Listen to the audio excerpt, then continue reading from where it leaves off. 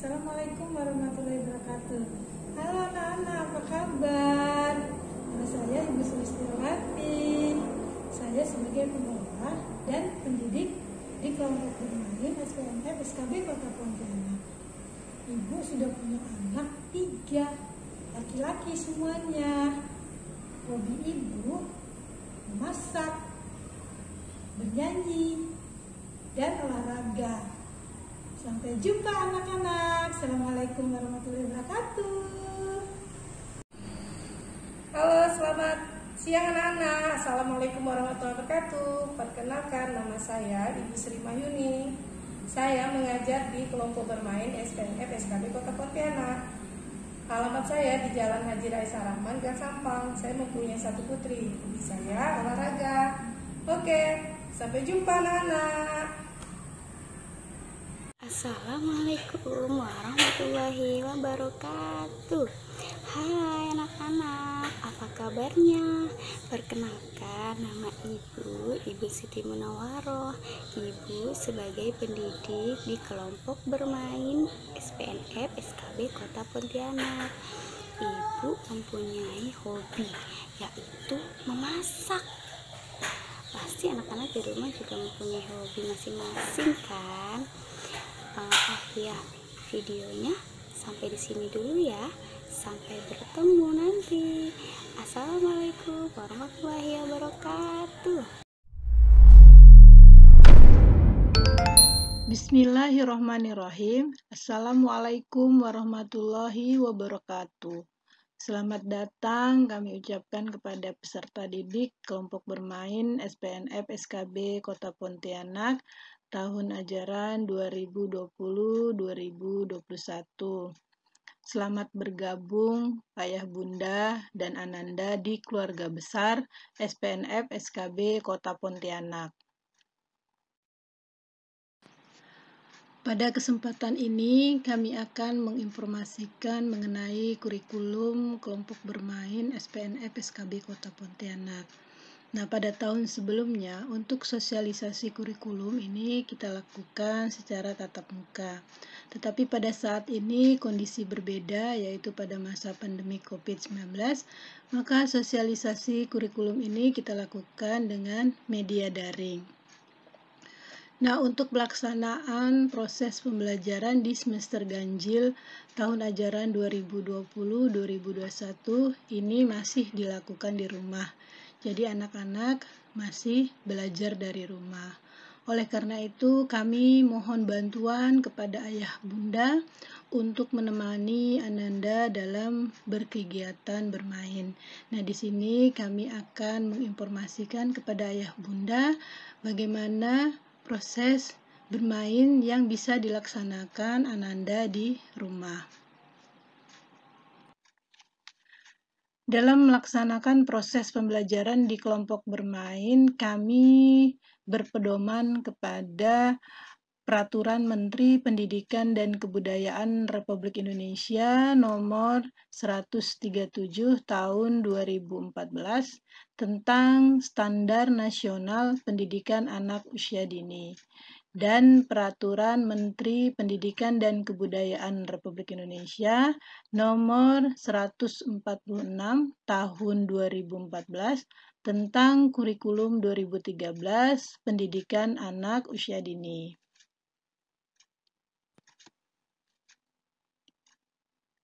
Adapun prinsip pembelajaran di PAUD yang pertama adalah belajar melalui bermain. Yang kedua, berorientasi pada perkembangan anak. Yang ketiga, berorientasi pada kebutuhan anak. Yang keempat, berpusat pada anak. Yang kelima, pembelajaran aktif. Yang keenam, berorientasi pada pengembangan nilai-nilai karakter. Yang ketujuh, berorientasi pada pengembangan kecakapan hidup. Yang kedelapan, didukung oleh lingkungan yang kondusif. Yang kesembilan, berorientasi pada pembelajaran yang demokratis. Yang kesepuluh, pemanfaatan media belajar, sumber belajar, dan narasumber. Ayah bunda yang saya hormati, berdasarkan prinsip pembelajaran PAUD, maka proses pembelajaran pada anak usia dini meliputi kegiatan bermain, bernyanyi, dan bercerita. Apa manfaat bermain bagi anak? Yang pertama adalah untuk menstimulasi semua aspek perkembangan anak.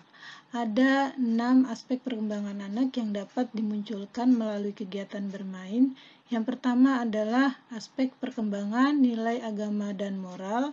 Yang kedua, aspek perkembangan fisik motorik. Yang ketiga, aspek perkembangan sosial emosional. Yang keempat, aspek perkembangan kognitif. Yang kelima, aspek perkembangan bahasa. Dan yang keenam adalah aspek perkembangan seni. Manfaat bermain yang kedua yaitu mengembangkan berbagai kecerdasan anak.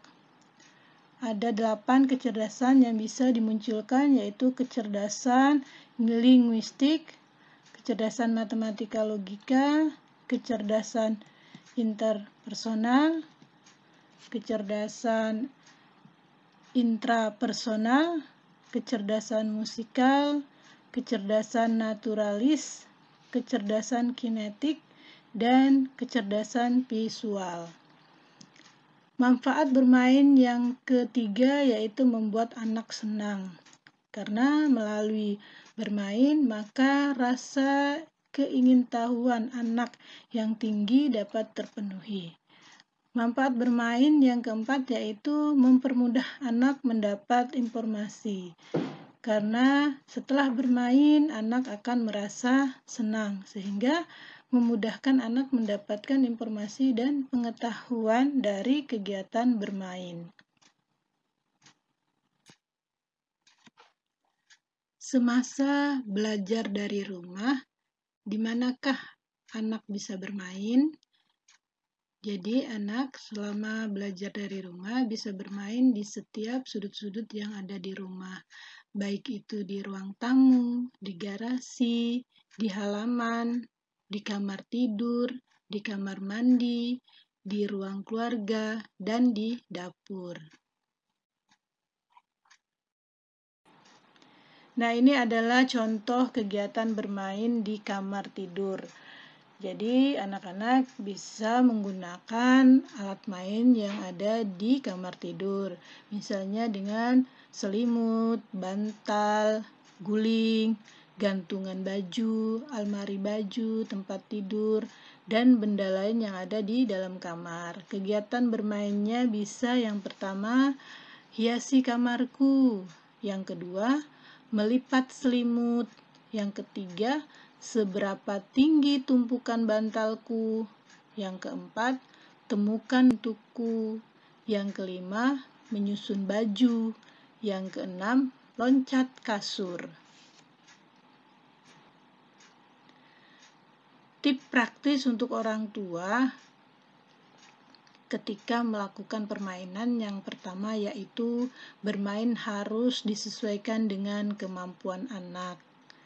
Yang kedua, alat main harus aman bagi anak dan hindari benda mudah pecah, tajam, dan beracun. Yang ketiga, alat main mudah dijangkau. Jika benda-benda diletakkan dalam jangkauan anak, maka rumah telah memberikan pesan, aku bisa melakukannya sendiri. Yang keempat, usahakan agar orang tua melakukan kegiatan rutin harian. Yang kelima, ciptakan suasana bermain yang menyenangkan bersama anak di rumah. Yang keenam, tidak memaksa anak apabila anak tidak berminat untuk bermain. Tips selanjutnya yang kedelapan, bersikaplah sabar dan sportif. Yang kesembilan, jadilah contoh bagi anak, karena anak akan meniru apa yang dilakukan oleh orang dewasa. Kesepuluh, libatkan anak dalam kegiatan sehari-hari di rumah.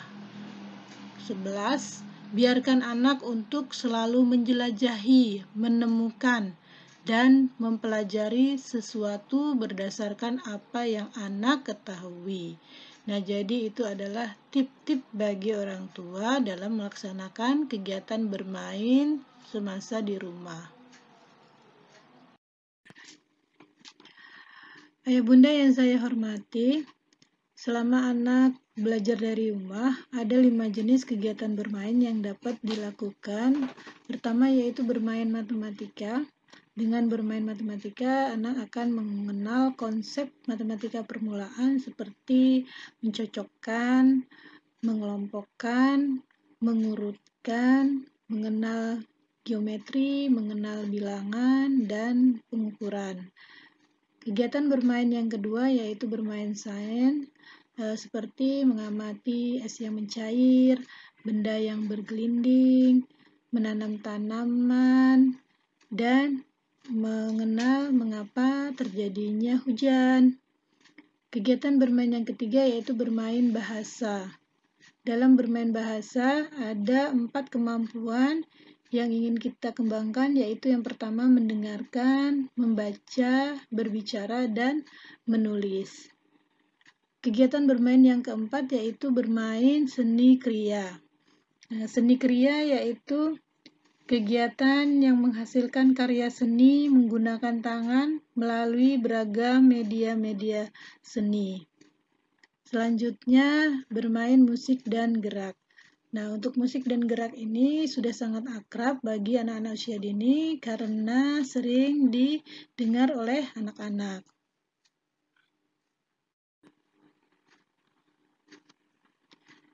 Nah, di sini ada contoh belajar matematika di dapur.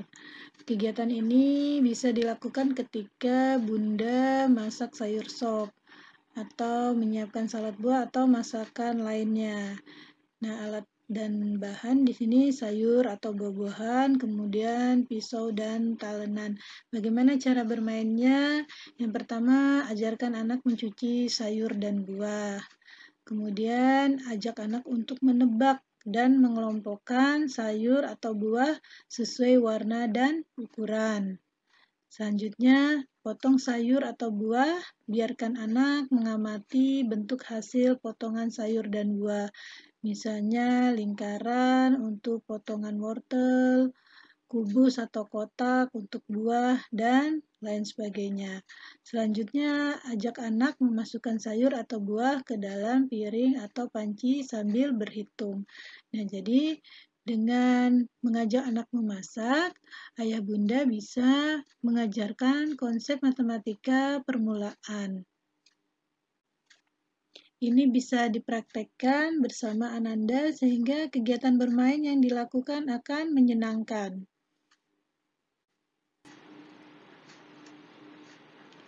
Kegiatan bermain selanjutnya yaitu bermain sains di halaman rumah.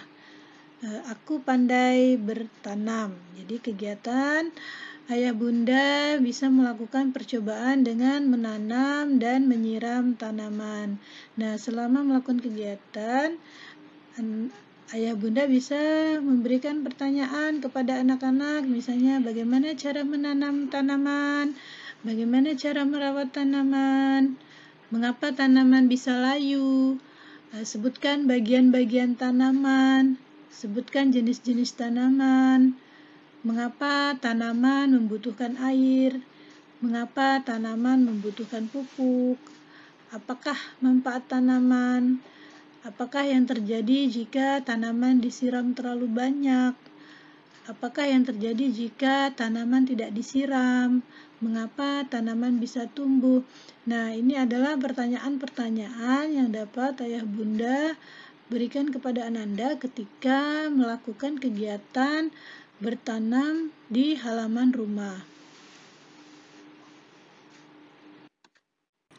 Ayah bunda yang saya hormati, nah selanjutnya adalah kegiatan bermain bahasa.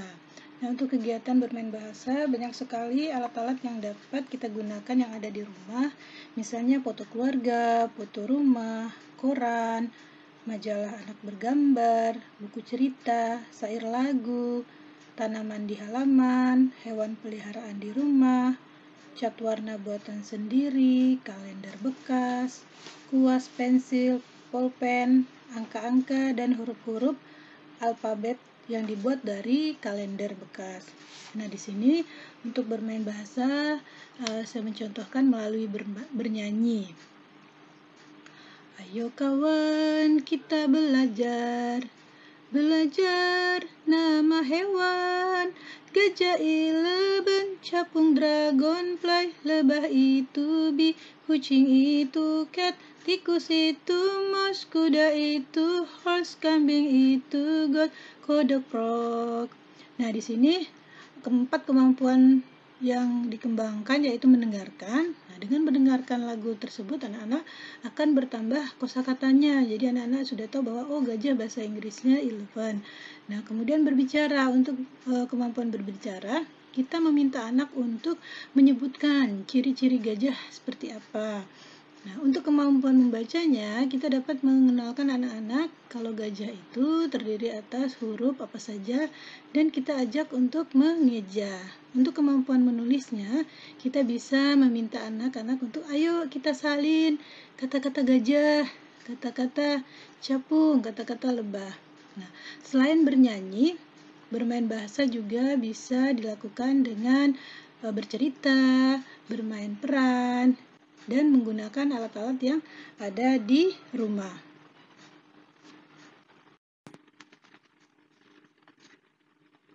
Untuk tahapan menulis, ini ada 8 tahapan. Yang pertama adalah coretan awal. Nah, jika ayah bunda ingin mengetahui anak-anak pada tahapan yang mana, pertama ayah bunda harus menyiapkan kertas dan alat tulis, kemudian meminta Ananda untuk menulis di atas kertas. Jika hasilnya masih berupa coretan, berarti Ananda masih dalam tahap awal, yaitu coretan awal. Nah, tahapan selanjutnya adalah coretan terarah.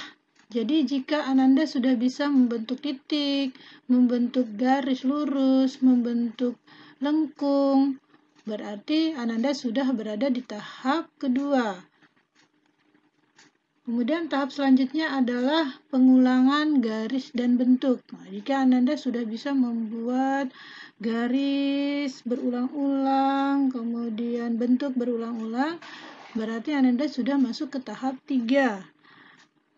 Tahap selanjutnya adalah berlatih huruf. Nah, di sini kita mengenalkan kepada Ananda untuk menulis huruf. Jika Ananda sudah bisa membentuk huruf A, menulis angka 1, nah berarti Ananda sudah memasuki proses tahap keempat. Tahap kelima adalah menulis nama. Nah, jika Ananda sudah bisa menulis namanya, nah ini berarti Ananda sudah bisa mengenal huruf apa saja yang menyusun nama Ananda. Tahap selanjutnya adalah tahap ke-6, yaitu menyalin kata-kata. Nah, ini bisa kita lakukan misalnya ada kata-kata di bekas-bekas produk yang kita beli, kita minta Ananda untuk menyalinnya. Atau seperti tadi lagu yang saya nyanyikan itu ada kata-katanya, nah minta Ananda untuk menyalinnya. Tahap selanjutnya adalah menemukan ejaan. Nah, misalnya Ananda mengenal konsonan, misalnya dari kata lob, huruf L, kemudian dari kata dinosaurus, misalnya D dan S. Tahapan selanjutnya yaitu ejaan baku. Nah, di sini Ananda sudah bisa menulis. Di sini ada kata aku suka menulis huruf hijaiyah. Nah, ini pada saat anak sudah masuk ke tahap 8, berarti ayah bunda tinggal melatih Ananda supaya tulisannya lebih rapih lagi. Tapi dalam melaksanakan proses tahapan menulis ini harus menyenangkan. Ketika anak tidak mau, maka ayah bunda tidak usah memaksakan. Tetapi begitu anak suka melakukannya. Nah, kita sebagai orang tua memfasilitasi dengan memberikan alat tulis dan kertas sehingga anak-anak tidak mencoret-coret sembarangan.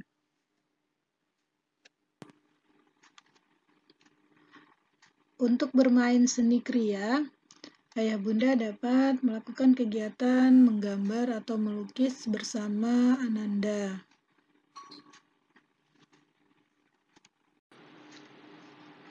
Nah, selanjutnya ayah bunda juga bisa membuat suatu karya dengan memanfaatkan barang-barang bekas yang ada di rumah, misalnya kardus bekas atau tusuk sate bekas atau ranting bekas.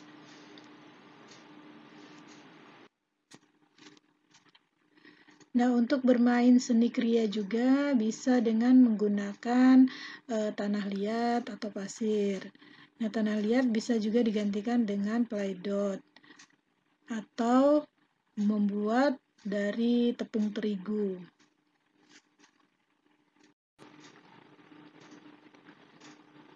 Untuk bermain musik dan gerak, ini ada contoh yang dapat ayah bunda lakukan di rumah, yaitu yang pertama dengan menyiapkan musik. Selanjutnya ayah bunda dan anak bertepuk tangan sambil bernyanyi, berputar membentuk lingkaran. Nah, pada saat musik dihentikan, maka semua berhenti dan mengangkat satu kaki tanpa jatuh. Nah, selanjutnya musiknya diputar lagi. Kemudian dilakukan berulang-ulang.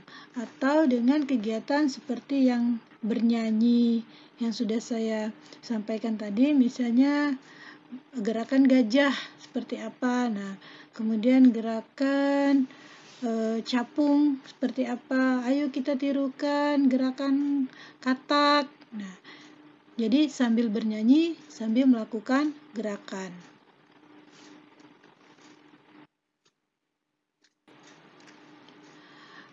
Ayah bunda yang saya hormati, untuk minggu ini tema kita adalah rumahku tempat bermainku. Nah, jadi kami mohon ayah bunda dapat mengajak Ananda untuk melakukan kegiatan bersama, seperti yang pertama, aku bisa menanam bunga. Yang kedua, yuk kelompokkan daun-daun yang ada di halaman. Yang ketiga, membersihkan kebun bersama ayah dan bunda. Yang keempat, hitunglah bunga-bunga yang mekar. Kelima, aku bisa membuat alat musik dan bernyanyi dari benda-benda yang ada di dapur. 6. Yuk membuat bunga dengan menggunakan batu-batu di halaman. 7. Asiknya melipat dan mengelompokkan pakaian. 8. Lihat lukisanku. 9. Membuat sate buah bersama bunda. 10. Aku dapat membuat apapun dari kardus-kardus bekas. Nah, jika Ananda tidak tertarik dari kegiatan-kegiatan yang telah saya sebutkan di atas, beri semangat dan dorong Ananda untuk melakukannya. Tetapi jika Ananda tidak menginginkan kegiatan yang telah disebutkan di atas, maka ikuti saja Ananda ingin bermain apa. Kemudian tolong ayah bunda untuk dipoto atau divideokan kegiatan Ananda, kemudian dikirim ke WhatsApp group. Itu untuk catatan perkembangan Ananda. Jadi dalam kegiatan minggu ini, kami harapkan ayah bunda setiap hari melakukan satu kegiatan bersama Ananda, dan dari kegiatan yang dilakukan, satu saja yang divideokan, kemudian dikirimkan kepada kami. Karena ini perlu untuk catatan perkembangan Ananda. Jadi kami sangat berharap kerjasama ayah bunda selama masa belajar di rumah, supaya anak-anak tidak bosan di rumah. Demikianlah hal-hal yang dapat saya sampaikan. Jadi kami sangat berharap kerjasama dari ayah bunda untuk mendampingi anak-anak di rumah. Selamat beraktivitas, selalu jaga kesehatan, tetap di rumah. Assalamualaikum warahmatullahi wabarakatuh.